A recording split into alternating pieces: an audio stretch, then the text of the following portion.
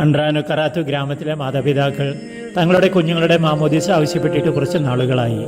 നിരാശപ്പെടുത്താതെ അവരെ പ്രോത്സാഹിപ്പിക്കാനായി ഈ മഴക്കാലത്തും അവിടെ ചെല്ലാമെന്നേറ്റു. നവരത്നങ്ങൾ പോലെ 9 കുഞ്ഞുങ്ങളാണ് ഈശോയുടെ കുടുംബത്തിൽ ചേരുവാൻ ഒരുങ്ങുന്നത്. സാധാരണ പോകുന്ന വഴിയിൽ വെള്ളം കൂടുതലായതുകൊണ്ട് പുതിയ വഴിക്ക് വളഞ്ഞു തിരിഞ്ഞാണ് അവിടെ എത്താൻ പറ്റിയത്. ജീവിതത്തിൽ ഒത്തിരി വീണല്ല നാം യാത്ര പൂർത്തിയാക്കുന്നത്.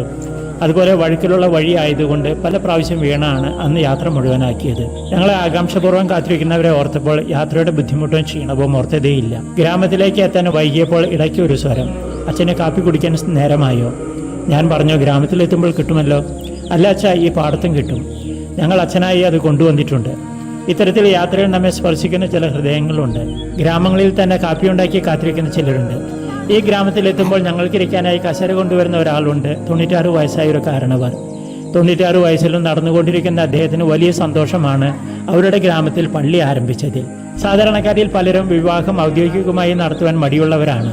ഇവർക്കിടയിൽ വിവാഹം എന്ന കുദാശയ്ക്ക് സാക്ഷ്യം പറഞ്ഞ ഒരാൾ പലരെയും ഒന്നിളക്കി. 2 വർഷം മുൻപ് തോമസ് ലീഹായുടെ നാമത്തിൽ നാം തുടക്കം കുറിച്ച മഹസുവ ഗ്രാമപള്ളിയിലെ കാറ്റക്കിസ്റ്റ്. അവർ പറഞ്ഞത്, അവർ കൂദാശ സ്വീകരിച്ചതിന് ശേഷം വിവാഹത്തിന് മുൻപ് പ്രാർത്ഥിക്കുവാൻ മടിച്ചിരുന്ന അവരുടെ ഭർത്താവ് ഇപ്പോൾ പ്രാർത്ഥിച്ചു തുടങ്ങി. പ്രശ്നങ്ങൾ പഴയതുപോലെ ഉണ്ടാകുന്നുണ്ടെങ്കിലും വേഗത്തിൽ തന്നെ രമ്യതയിലാകുന്നു. തമ്പുരാൻ തനിക്കായി അയക്കപ്പെടുന്നവരെ തിരഞ്ഞെടുക്കുന്നത് അധികാരമോ സൗന്ദര്യമോ ആരോഗ്യമോ അറിവോ നോക്കിയല്ലെന്ന് സുവിശേഷം വിളിച്ചു പറയുന്നു. എന്തുകൊണ്ടായിരിക്കാം ഈശോ വലിയൊരു ദൗത്യം നിറവേറ്റുവാൻ പാവപ്പെട്ടവരെ വിളിച്ചത്? കാരണം അവരുടെ ആശ്രയം തന്റെ കഴിവിലോ അറിവിലോ ആരോഗ്യത്തിലോ അധികാരത്തിലോ അല്ല, മറിച്ച് തമ്പുരാനിലാണ്. അവിടെ വ്യവസ്ഥകളില്ല, വിലപേശുകളില്ല. കുഞ്ഞാടിനെ പോലെ വന്ന് ഇരുത്തം ഉറയ്ക്കുമ്പോൾ അവർ ചെന്നായെ പോലെ സ്വാർത്ഥരാകില്ല എന്ന് തമ്പുരാൻ അറിയാം. നാം സുവിശേഷം പറഞ്ഞില്ലെങ്കിലും അത് പറയുവാൻ തയ്യാറായി വരുന്ന ആത്മാരുടെ എണ്ണം ഒത്തിരി കൂടുന്നു. നേരായ സുവിശേഷവൽക്കരണത്തിന് മാർഗങ്ങളുള്ളപ്പോൾ എന്തിനും പരോക്ഷമായ പ്രഘോഷണത്തിന് പോയി അലസരാകണം. പിന്നിലെ നഷ്ടങ്ങളുടെയും മുന്നിലെ സുരക്ഷിതത്വത്തിന്റെയും കണക്കെടുത്ത് ജീവിതം പാഴാക്കുന്നവരാണ് വിളി ലഭിച്ചതെന്ന് പറയുന്ന പലരും.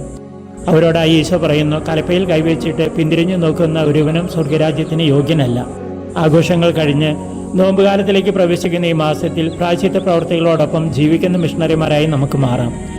ഫലസമൃദ്ധമായ നോമ്പുകാലം ആശംസിച്ചുകൊണ്ട് മഡഗാസ്കറിൽ നിന്നും ഫാദർ ജോൺസൺ തളിയത്ത്.